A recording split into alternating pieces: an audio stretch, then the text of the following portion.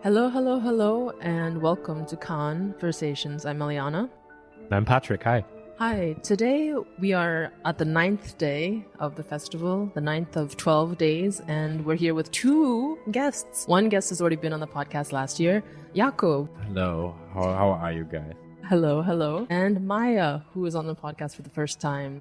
Hi. Hi. Would you like to say anything about yourself? Sure. I am Maja Korbecka. I am here writing for Popular Cinema, 大众电影, which is a Chinese print film magazine. But I'm also contributing to Sense of Cinema and other newspapers, so it's basically just freelancing. I just finished a PhD. I was writing about Chinese films at film festivals. So it's mostly, I'm interested in the history of film festivals. Yes, and speaking of the history of things, we all just got out of a screening of The History of Sound. Yeah, this is the new film by Oliver Hermanus, who had last his Sundance film, the EKRANy remake with the British actor Bill Nighy. I don't know if many people looked forward to that. I think if they did, then it was due to the two stars who lead this vehicle. This is Paul Mescal and Josh O'Connor, and I don't know anyone who does not like either of them. So I think in seeing them together, that in itself is exciting. But it is also a period piece. We go back around, let's say 100 years ago, a bit more than that. So we start more or less at the time of the First World War, and the two of them meet by chance in a conservatory in Boston. And I think they first meet actually at a pub, and they become really infatuated of each other due to the music. And it is one specific song, not really a lullaby, but something that their parents sang to them when they were young. And the power of music, in a sense, is it can, you can find it no matter where you go on planet Earth. So here it is one person who comes from Europe, from England. The other person comes from Kentucky. What are the odds that they would have, especially then, would have listened to the same song? But there is something intriguing about that. This is how it is all set off. And what are our opinions on this film? I mean, the story itself is very interesting and also very close to life. So like songs being like these vibrations that just cross the world.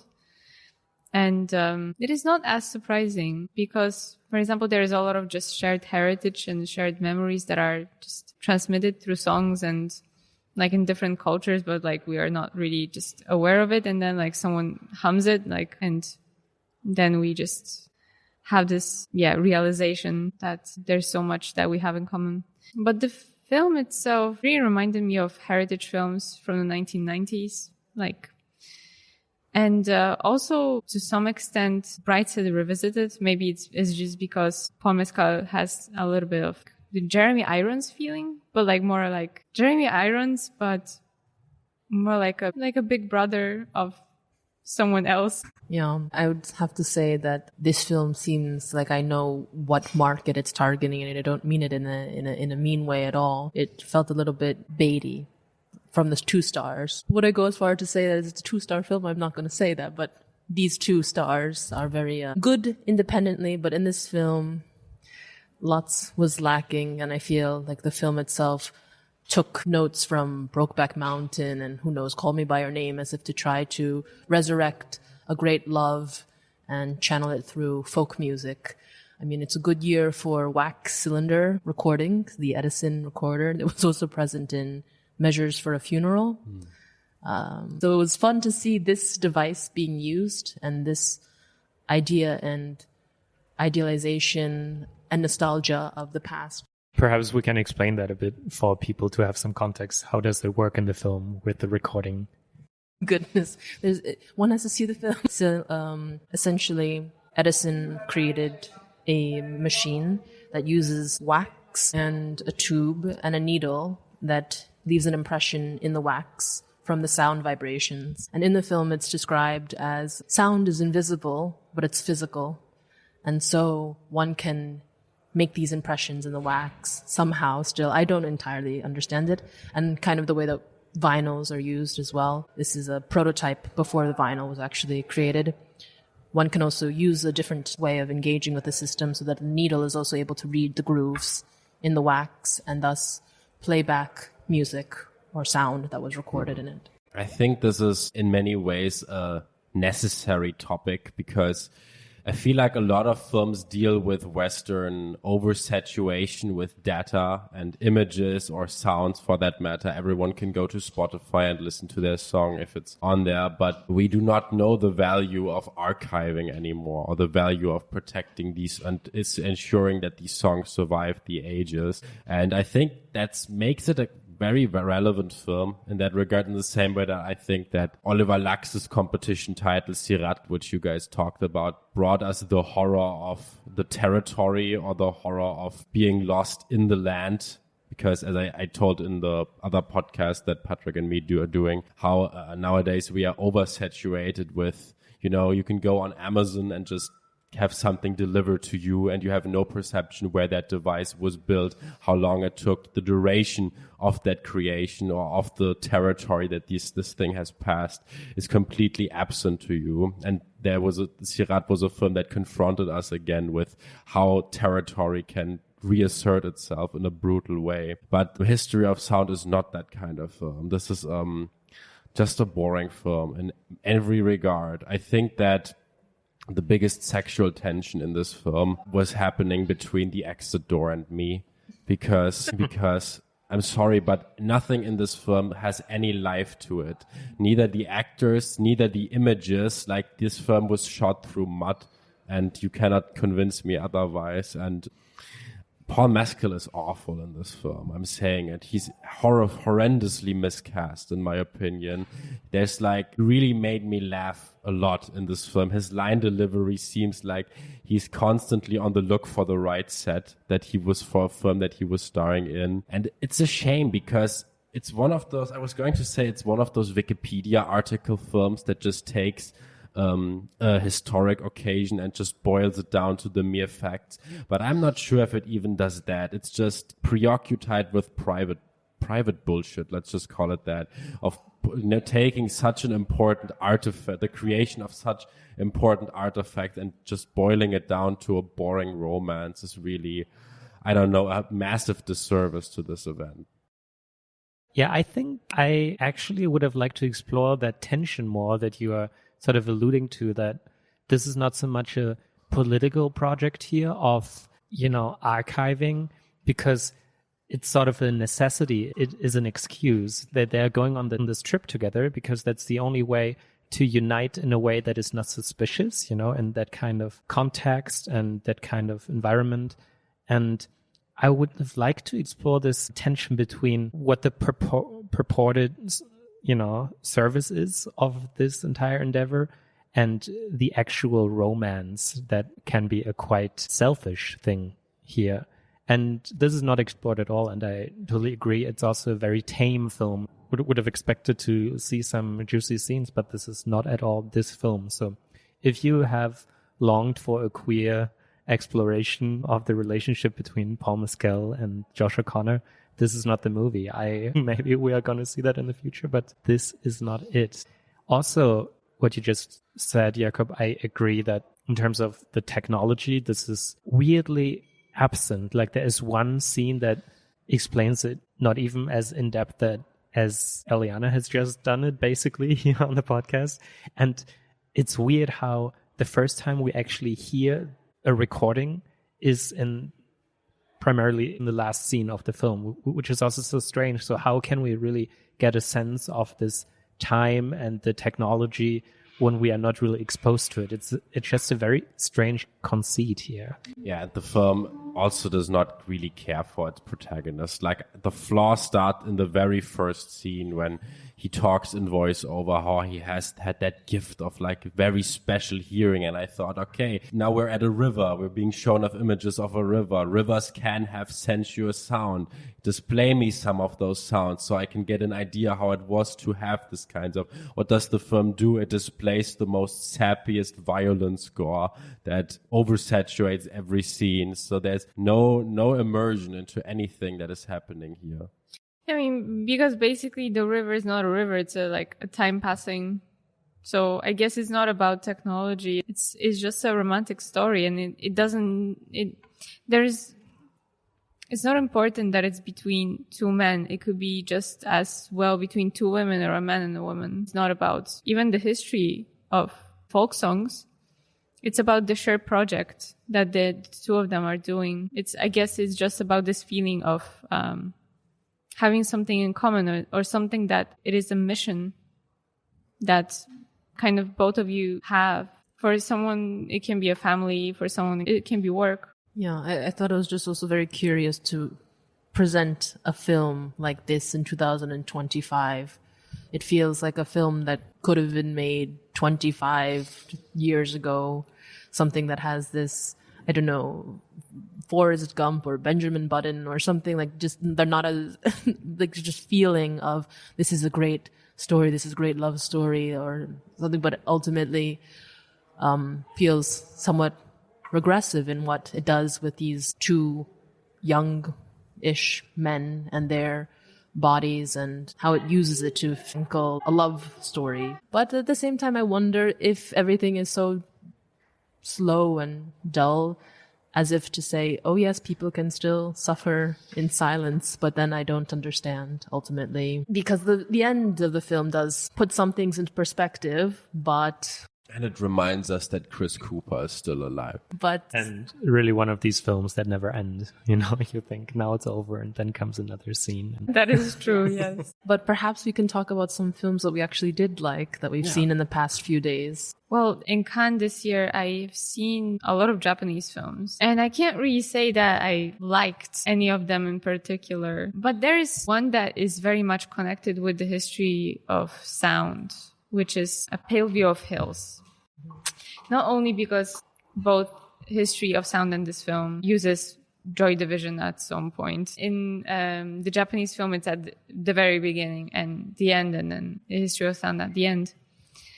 But it's also a heritage film and also like a film that revisits memories of war and its consequences. Yeah, it could have been done in the 1990s and that would be perfectly fitting, especially because there is this also a flashback that's in the history of sound, like the last scene, which is set in more contemporary times and kind of looking back at what happened in the past. That is exactly also what happens in A Pale View of Hills. We should mention this is based on a Kazuo Ishiguro novel.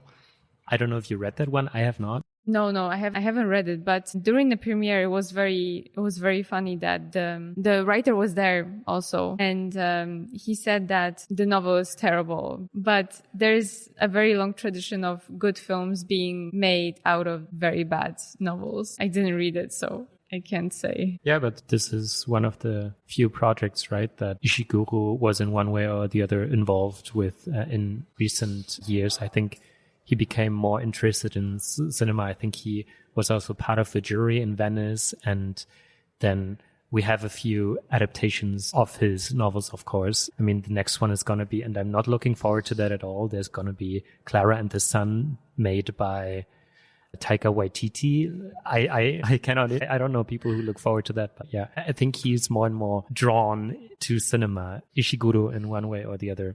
It is a tradition, I guess, in Asian cinemas that writers very often are getting very interested in cinema. Yeah, and here with Hermanus, right, there's a clear connection because he did write the Ikiru remake, his last film. So yeah, there's that. Maybe that's why both of these films are just so melodramatic and so romantic. So maybe there is something also like a tradition of Japanese cinema there. You mentioned Sterne earlier. Yes.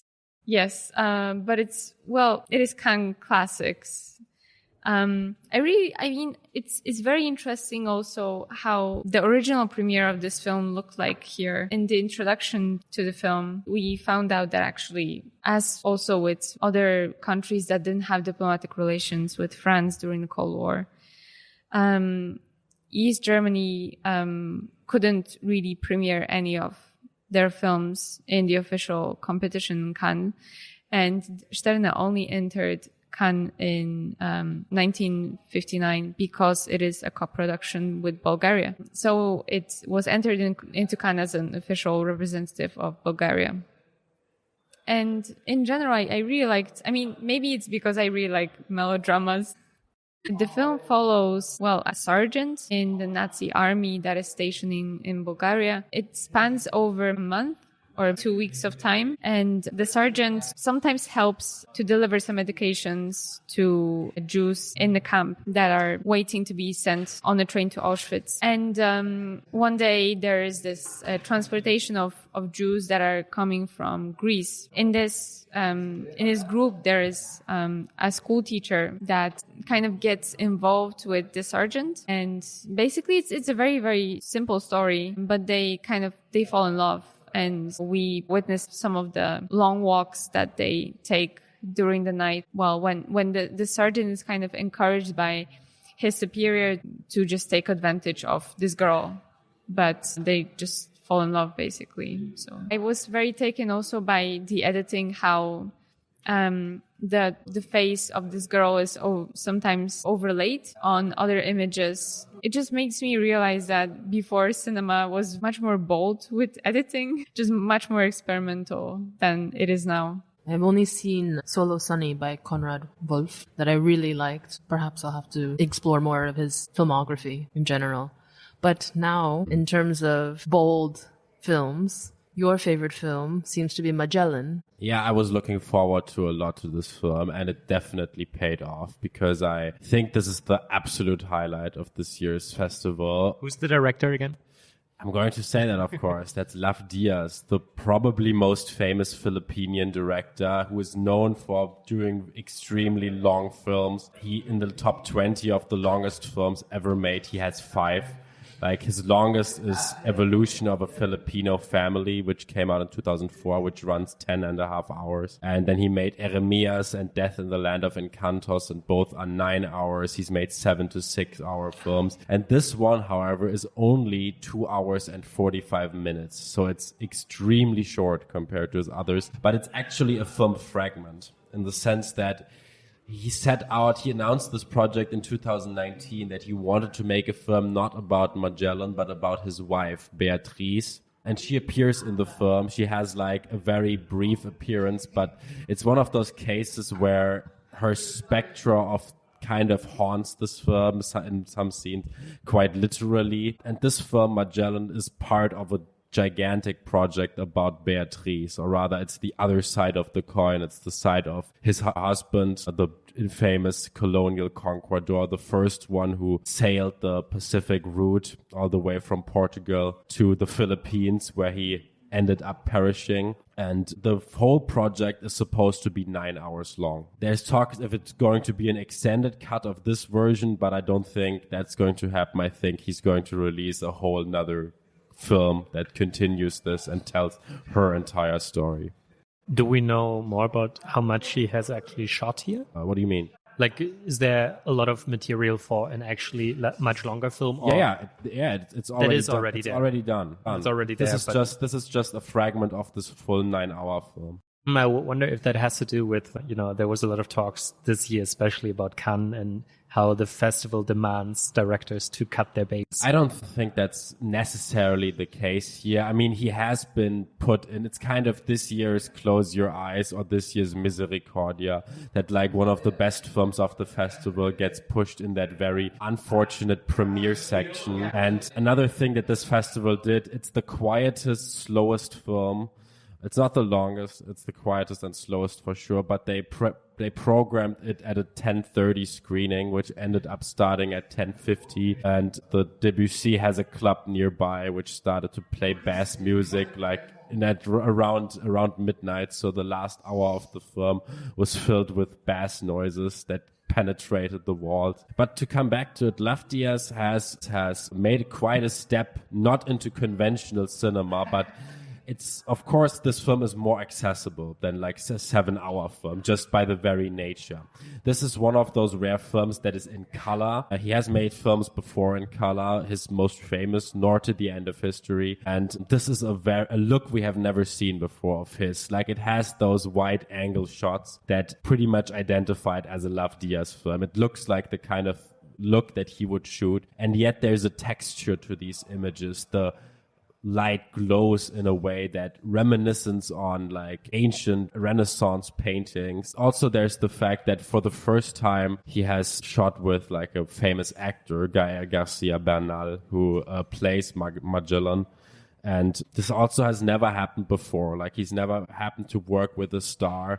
But the real star, the big collaboration, is with him and Albert Serra, who produced the film. The film's cinematographer is Arthur Toth, who is the cinematographer of the Albert Serra films. He has shot The Death of Louis XIV, to Pacifiction, to Afternoons of Solitude. And this is his first work for a film not by Albert Serra. And the thematics of a lot of Serra films kind of penetrate through these films. Most importantly, if you had to break this film down to the most important buzzwords that a lot of people are going to write about, it would be colonial guilt, or like the specters of colonialism. But this film is about so much more. And it's actually, when I compare it to a lot of other history films, or rather a lot of message films, which these festivals are full of, all of these films are diagnoses, in the sense that they all arrive at a certain nihilistic point. I don't know if you've said it in the last episode of this podcast, that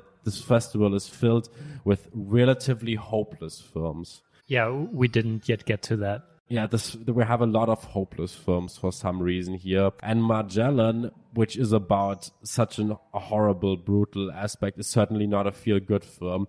But it's a film that never leaves you alone with that history. It's a film that, I would say, never comments on this history, but rather it takes our perception of history and breaks it down to its most essentials. So there is no psychology in Magellan. He is reduced in all frames to just a figure in his environment. There's like one shot at the start where you see him laying against a wall, and you see basically nothing in Bernal's eyes. He plays him with such a numbness and such an both mimetic way, but also one that feels very performative. And you never get a sense that this is the story of an individual who conquered the world. Rather, he seems like he's been guided by an invisible specter, and that specter is, well, let's call it just history. Or rather, history is here enacted by an invisible process that is set in motion, and that everyone is, whether they like it or not, an agent. This is most predominant, I think, in the scene where they do end up crossing the Pacific on the Victoria boat. And what we see here, or rather what happens here, is that all of these stations are just weirdly processions, or rather two inmates, one of them is the captain, are caught having sex with each other. Both of them are men. And then Magellan sentences them to death. And then another thing happens that he has to somehow regulate. In the context of the open sea, these processions, or rather these imaginary courts he's doing, reveal their weird Western artificiality. They seem absurd when compared to the big ocean that surrounds them. While it's named after Magellan, it's also the story about, and the film is framed in such a way from the very first scene, through an indigenous tribe member who kind of undergoes their own sort of character development here, because a lot of sections, or rather immediately after he arrives on the Philippines, the film switches its perspective to these people. And from that on out, it kind of becomes not an ethnographic study, but a way how religion is also, because like you see him sometimes hugging a Christ figure, how religion is both, how do I say, religion is on the one hand both an opioid, but it's also a matter of distraction, and not just for the people who are colonized, but for the colonizers themselves. And you can tell that Magellan does not believe in of course he does not, but like, although he does, I think it's pretty clear he does not actually believe in the religion he tries to bring there. But in one scene, and I'm not going to spoil it, it's based on true events, where this hugging occurs, you can see him fall for the opioid he's trying to poison these people with. And I thought that was really powerful. Yeah, and he's, of course, also a complete hypocrite, right? Like, there's the scene when he's talking to the priest on the ship, and he's trying basically to blackmail him or to make him talk to release the information he has on who did something on the ship.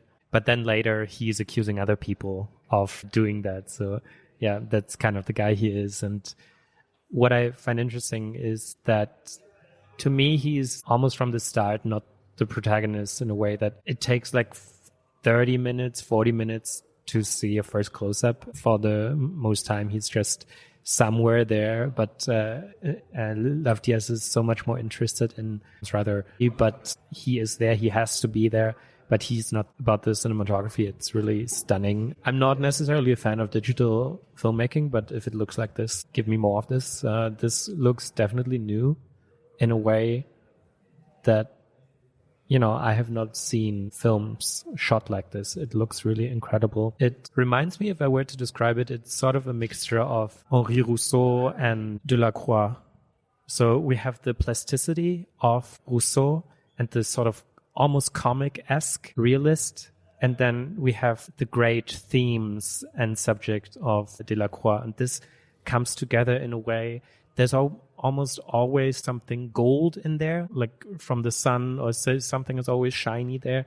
And then what you said, Jakob, there's this veil as well, which relates, of course, to his wife. That is also just a stunning image. I agree. It totally seems like it's haunted the entire movie. Oh, which is interesting because as much as this film reduces history through a series of images of iconographies, but without any icons in them. The film features those scenes where he's on the ship and he daydreams of his wife who narrates the letters, and suddenly we see a spirit, or rather her ghost, and it's at this point where the film weirdly breaks with its strict realism. Since we were talking about Portuguese, even though Lav Diaz is, of course, a Filipino filmmaker, there was one film that Patrick saw that he recommended that I see, and I think Jakob also saw it too. Yeah. Riso e a Faca? I Only Rest in the Storm. I Only Rest in the Storm by Pedro Pinho. And it's also, I mean, I haven't seen Magellan yet, but when you talk about colonialism, when you talk about grandeur, this seems like completely different aesthetically, but working with very similar themes. Essentially, the film is about a Portuguese man who's an engineer who has gone to Guinea-Bissau. And he's to make a report that's an assessment that will enable the construction of a massive road that will potentially help or destroy the area. And he wants to be very thorough about it. And he's faced with quite a bit of pressure, shall we say, to get it done as fast as possible, both from the construction side and from people in the local area who happen to be rather wealthy. The film itself, the way that it unfolds is very mesmerizing. There's a flow to it that happens both in the sequence of characters and the conversations they have. We know exactly what the tension is. His presence is a tension. It almost feels like a more active and vibrant version of Western by Valeska Grisebach. That is such a good comparison. He's a white man who has entered Africa, and he wants to, as the title suggests, I Only Rest in the Storm. In some sense, he's going, I mean, I don't know if this is exactly where the title comes from, but he's going there and he wants to be a part somehow. Yet there's so many different reasons why one can imagine he's not able to so-called integrate. And the way that this film just plays on so many different layers, the social, economic aspect, the aspect of desire and sexuality as well, and dominance in this inevitable colonial space is really brilliant. I don't know if we have mentioned this, but this, you know, in contrast to the Lav Diaz, is shot on film, and it looks also stunning for different reasons, but it really has a strong texture and also comes in the wide cinema scope. So you really get a sense of these landscapes here as well. It really, there is a link to The Secret Agent, which is a film by Kleber Mendonça Filho. Also because it is so difficult sometimes to look through what's happening there, as in who is linked to whom there and what his specific job is there is sometimes also a bit difficult to overview or to keep the entire scope in mind. We also, at some point, we have these volunteers from UNICEF there, I think. And I think the film is doing something clever there, because at first we think, yeah, these are ridiculous people, you know, like as in these are the white people who have some guilt and then go to this country to work and, you know, get a good conscience or something. But then if you really think about it, what can they do? You know, like they are quite sincere about it. It still cannot be helped that there is something off about their presence there. But, you know, the film leaves us with that tension. It's not, you know, it's not just for ridicule in this film, I think. And that for me made it stronger, because it made me reflect, okay, I can make fun of them right now, but what am I doing? You know, like this is also ridiculous. It's a ridiculous stance of mine to have.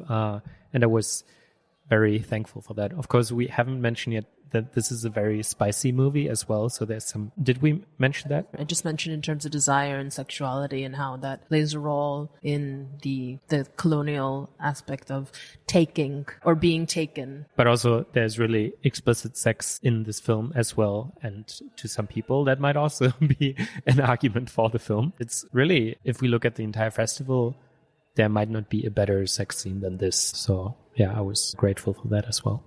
I mean, an aspect that I don't see many people talk about here is how sexual liberation is like a very Western idea, or like an idea that only he has the idea that only in the West he can be as free as he can, as it's possible for him. But of course that's not true. And he gets to know that very quite a way, where he meets those very queer and very diverse people. And also the idea that he wants to be free, but actually what he does is he transports his own exoticism and projects it on these people.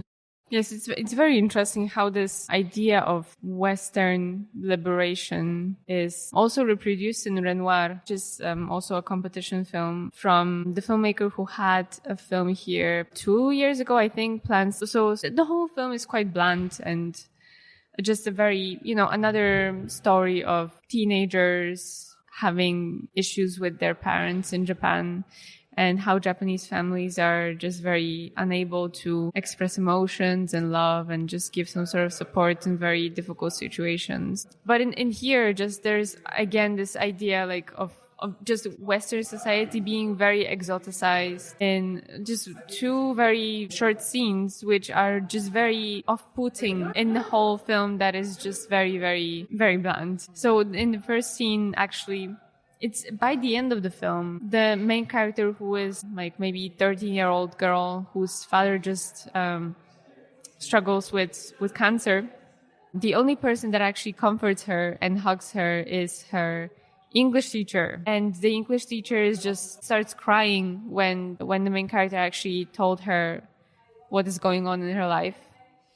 And then the main character, this girl, has this very strange dream of being on a boat, dancing with a bunch of foreigners. This exotization of the West that I don't know if many people have in China, Korea, or Japan, but there is this idea of just West being very, very liberated, and this also generalization of West just being Western Europe or North America.